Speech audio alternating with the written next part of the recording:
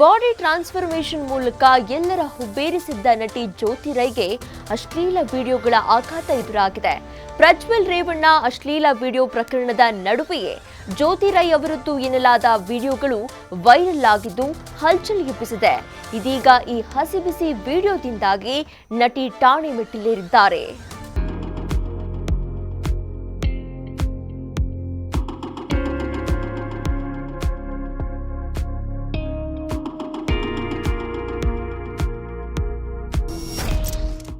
ಜೋಗುಳ, ಮೂರುಗಂಟು, ಕಿನ್ನರಿ, ಲವಲವಿಕೆ, ಕನ್ಯಾದಾನ, ಪ್ರೇರಣ ಈ ಖ್ಯಾತ ಸೀರಿಯಲ್ಗಳನ್ನ ನೋಡ್ತಿದ್ದವರಿಗೆ ಜ್ಯೋತಿ ರೈ ಚಿರಪರಿಚಿತ. ಸದ್ಯ ಕನ್ನಡಕ್ಕಿಂತ ತೆಲುಗು, ತಮಿಳಿನಲ್ಲೇ ಹೆಚ್ಚು ಬ್ಯುಸಿ ಇದ್ದು ತಮ್ಮ ಬಾಡಿ ಟ್ರಾನ್ಸ್ಫಾರ್ಮೇಷನ್ ನಿಂದ ಸೋಷಿಯಲ್ ಮೀಡಿಯಾದಲ್ಲಿ ಸೆನ್ಸೇಷನ್ ಸೃಷ್ಟಿಸಿದ್ರು.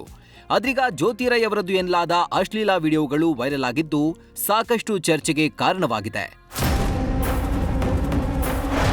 ಒಂದ್ ಕಡೆ ಪ್ರಜ್ವಲ್ ರೇವಣ್ಣ ಪ್ರಕರಣ ಸಂಚಲನ ಸೃಷ್ಟಿಸ್ತಾ ಇದ್ರೆ, ಇದೇ ಸಮಯದಲ್ಲಿ ಒಬ್ಬ ವ್ಯಕ್ತಿ ಜೊತೆ ಜ್ಯೋತಿ ರೈ ಇದ್ದಾರೆ ಎನ್ನಲಾದ ಅಶ್ಲೀಲ ವಿಡಿಯೋಗಳು ಹಲ್ಚಲ್ ಎಬ್ಬಿಸಿದೆ. ಇನ್ನು ಈ ಸಂಬಂಧ ನಟಿ ಜ್ಯೋತಿ ರೈ ಸೈಬರ್ ಕ್ರೈಂ ಪೊಲೀಸ್ ಠಾಣೆಯಲ್ಲಿ ದೂರು ನೀಡಿದ್ದಾರೆ ಎಂದು ತಿಳಿದು ಬಂದಿದ್ದು, ಕ್ರಮ ಜರುಗಿಸುವಂತೆ ಮನವಿ ಮಾಡಿದ್ದಾರೆ ಎನ್ನಲಾಗಿದೆ.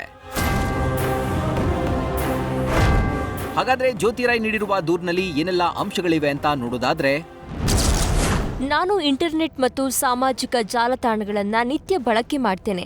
ಇತ್ತೀಚಿನ ದಿನಗಳಲ್ಲಿ ಅನ್ನೋನ್ ಯೂಸರ್ಸ್ ಮೂಲಕ ನನಗೆ ಸಂದೇಶಗಳು ಬರ್ತಾ ಇವೆ. ನನ್ನ ಫೋಟೋಗಳ ಜೊತೆಗೆ ನಗ್ನ ಹಾಗೂ ಅಶ್ಲೀಲ ಚಿತ್ರಗಳನ್ನು ಮಾರ್ಫಿಂಗ್ ಮಾಡಿ ಇನ್ಬಾಕ್ಸ್ಗೆ ಕಳಿಸ್ತಿದ್ದಾರೆ. ನನ್ನ ಇನ್ಸ್ಟಾಗ್ರಾಮ್ ಸ್ಟೋರಿಗಳಲ್ಲಿ ಹಾಕಲಾದ ಫೋಟೋಗಳನ್ನು ಬಳಸಿ ಮಾರ್ಫಿಂಗ್ ಮಾಡಲಾಗಿದೆ. ನನಗೆ ಕಿರುಕುಳ ನೀಡುವ ಮತ್ತು ನನ್ನ ಮಾನಹಾನಿ ಮಾಡುವ ಉದ್ದೇಶದಿಂದಲೇ ಈ ಕೃತ್ಯ ಎಸಗಲಾಗಿದೆ. ಇದರಿಂದ ನನ್ನ ಮಾನ ಮತ್ತು ನನ್ನ ಕುಟುಂಬದ ಗೌರವ ಅಪಾಯ ಈ ವ್ಯಕ್ತಿಗಳ ವಿರುದ್ಧ ಕ್ರಮವನ್ನ ತೆಗೆದುಕೊಳ್ಳುವಂತೆ ವಿನಂತಿಸುತ್ತೇನೆ. ಇತ್ತೀಚೆಗಷ್ಟೇ ನಟಿ ಜ್ಯೋತಿ ರೈ ತಮ್ಮ 2ನೇ ಮದುವೆ ಬಗ್ಗೆ ಖಚಿತಪಡಿಸಿದ್ರು. ಕಳೆದ ಫೆಬ್ರವರಿ ತಿಂಗಳಲ್ಲಿ ತೆಲುಗು ನಿರ್ದೇಶಕ ಸುಕು ಪೂರ್ವಜ್ ಜೊತೆ ವಿವಾಹವಾಗಿರುವುದಾಗಿ ಘೋಷಿಸಿಕೊಂಡಿದ್ರು. ಇದರ ಬೆನ್ನಲ್ಲೇ ನಟಿಯದ್ದು ಎನ್ನಲಾದ ಅಶ್ಲೀಲ ವಿಡಿಯೋಗಳು ವೈರಲ್ ಆಗಿರೋದು ಸಹಜವಾಗಿಯೇ ಆಘಾತ ತಂದಿದೆ. Bharath Krishnappa, film bureau, news first.